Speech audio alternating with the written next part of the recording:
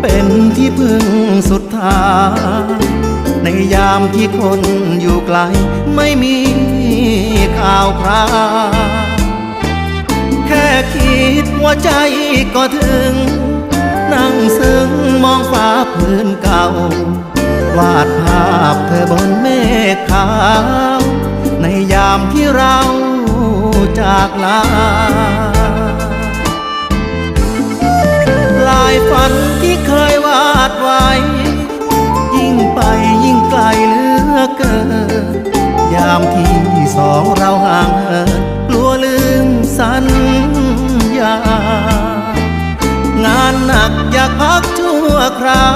วหอบใจเงาหน้า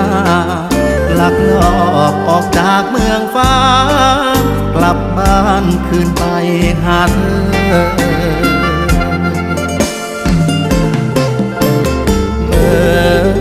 ที่พี่เคยโทรถามข่าว